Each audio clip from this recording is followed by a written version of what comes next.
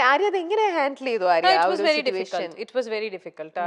ഞാൻ I fell onto a depression. ഭയങ്കര ബുദ്ധിമുട്ടായിരുന്നു. I lost myself.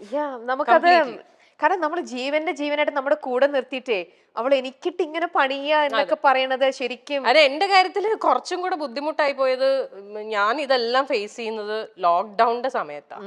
മൊത്തത്തിൽ ഞാൻ പെട്ടുപോയ അവസ്ഥയാണ്. Like I couldn't do anything. എന്നുവെച്ചാൽ നമുക്കിപ്പോ ഒരു കൗൺസിലറിന്റെ അടുത്ത് പോലും പോവാൻ പറ്റത്തില്ല എന്നുള്ള ഒരാളെ ഇപ്പം നമ്മൾ പറയും ഓക്കെ ഫ്രണ്ട്സിന്റെ അടുത്ത് പോയിരുന്ന് ചിലപ്പോ സംസാരിച്ചാ ഓക്കെ എങ്ങനെ പോവാനാ, മുറിന്ന് പുറത്തിറങ്ങാൻ പറ്റില്ല. Because we are all lockdown. ആകപ്പാടെ ഈ കമ്മ്യൂണിക്കേഷനേ ഉള്ളൂ. പക്ഷെ എത്രയൊക്കെ നമ്മൾ ഫോണിൽ കമ്മ്യൂണിക്കേറ്റ് ചെയ്താലും ഒരു ഫേസ് ടു ഫേസ് നമ്മൾ ഇപ്പൊ ഇങ്ങനെ ഇരുന്നൊരു ബ്രേക്ക് ഡൗൺ ചെയ്ത് പോയാൽ ചിലപ്പോൾ ഇതങ്ങ് പോവും. അതും ഫോണിൽ നമ്മൾ സംസാരിക്കുന്നതൊക്കെ തമ്മിൽ there's a lot of difference. അപ്പം ആ ഒരു സാധനവും എനിക്ക് കിട്ടിയില്ല. അപ്പൊ ഞാൻ മുഴുവനായിട്ട് ഞാൻ അതില് എന്താ പറയാ ഡ്രൗൺ ആയി പോയി. പിന്നെ ആര്യനെ ഹെൽപ്പ് ചെയ്തത് ഞാൻ തന്നെയാ. ഇപ്പൊ എന്ത് പറയാൻ വന്നു? പക്ഷെ ഈ പറഞ്ഞ പോലെ യുനോ ഒരു പോയിന്റിൽ നമ്മൾ റിയലൈസ് ചെയ്യും. എന്നെ ഈ പറഞ്ഞ പോലെ പുഷ് ചെയ്യാൻ അഫ്കോഴ്സ് എന്റെ ഫ്രണ്ട്സ് ഉണ്ടായിരുന്നു. ഒരു പോയിന്റ് എത്തിയപ്പോൾ അവരെല്ലാവരും റിയലൈസ് ചെയ്തു ദാറ്റ്സ് ഞാൻ മുങ്ങിക്കൊണ്ടിരിക്കുകയാണെന്നുള്ളത്. അപ്പൊ അവരെല്ലാവരും അവരുടെ എല്ലാ സൈഡിൽ നിന്നും മാക്സിമം പറ്റുന്ന രീതിയിലൊക്കെ എന്നെ സപ്പോർട്ട് ചെയ്തു. പിന്നെ എന്നെ ഏറ്റവും കൂടുതൽ എന്നെ ഇതിലേക്ക് തിരിച്ചു കൊണ്ടുവന്നത് ഇസ് മൈ ഡോട്ടർ. അവളൊന്നും ചെയ്തിട്ടല്ല, പക്ഷെ അവളുടെ പ്രസൻസ് ഇൻ മൈ ലൈഫ് അത് മതിയല്ലോ. നമ്മൾ ജീവിക്കുന്ന മക്കൾക്ക് വേണ്ടിയിട്ടാണ്. നമ്മുടെ ഐ മീൻ എന്നെ സംബന്ധിച്ചിടത്തോളം ഷീസ് മൈ എവറിഥിങ്. ഞാനിപ്പോ ജീവിക്കുന്നതും ഇപ്പൊ കഷ്ടപ്പെടുന്നതും ഒക്കെ അവളുടെ ഫ്യൂച്ചർ സെക്യൂർ ആക്കുക, അവളെ ഹാപ്പി ആയിട്ട് വെക്കുക. ശരിക്കും റിലേറ്റ് ചെയ്യാൻ പറ്റുന്നുണ്ട്. ആ ഫീല് കറക്റ്റ് ആയിട്ട് കിട്ടുന്നുണ്ട് ശരിക്കും. ഭയങ്കര ഇത് കണ്ടു കഴിഞ്ഞാൽ എന്നെ ഈ പറഞ്ഞ എന്റെ ഫ്രണ്ട്സ് എല്ലാരും ചീത്ത വിളിക്കും. എന്നോട് പല പ്രാവശ്യം പറഞ്ഞിട്ടുണ്ട് ഇനി മേലാൽ ഇതും പറഞ്ഞുകൊണ്ട് എവിടെങ്കിലും പോയിരുന്നു മോങ്ങിയ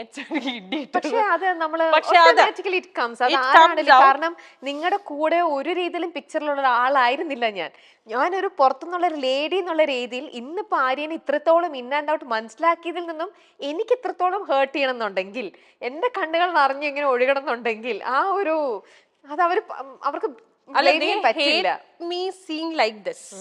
ഞാൻ ഇങ്ങനെ ഇരുന്ന് കരയണത് കാണാനൊന്നും അവർക്ക് ഇഷ്ടമല്ല. അതുകൊണ്ടാണ് അവര് പറയുന്നത്, അല്ലാതെ വേറൊന്നും കൊണ്ടിട്ടല്ല.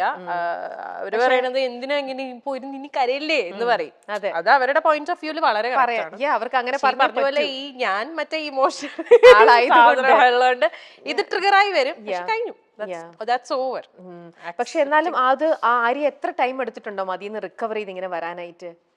സെൽഫ് തന്നെയാണ് അത് കംപ്ലീറ്റ് വർക്ക് ചെയ്തത്. പിന്നെ ഞാൻ എന്താ ചെയ്ത വെച്ചാല് ഞാൻ I wanted to distract my mind completely.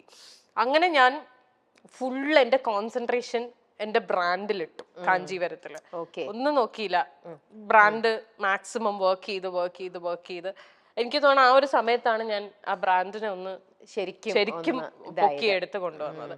പിന്നെ അതില് എനിക്കൊരു സാറ്റിസ്ഫാക്ഷൻ, നമുക്ക് അതിലൊരു അഡിക്ഷൻ വരുമല്ലോ. Okay when we see that okay something is working out good for us, പിന്നെ നമ്മൾ അതിലേക്കാവും ഫുള്ള്. വേറെ ഒന്നിലേക്കും നമുക്ക് പോവാനുള്ള ഒരു മൈൻഡ് വരില്ല. അപ്പൊ നമ്മുടെ കംപ്ലീറ്റ് ഫോക്കസ് ബിക്കോസ് അതിൽ നിന്ന് എനിക്ക് വേണ്ടതെല്ലാം കിട്ടുന്നുണ്ട്. Satisfaction, happiness, peace of mind, everything. വേറെ ഒന്നും നോക്കില്ല. പിന്നെ തിരിഞ്ഞു നോട്ടം അങ്ങോട്ട് തിരിഞ്ഞു നോക്കുക വേണ്ട.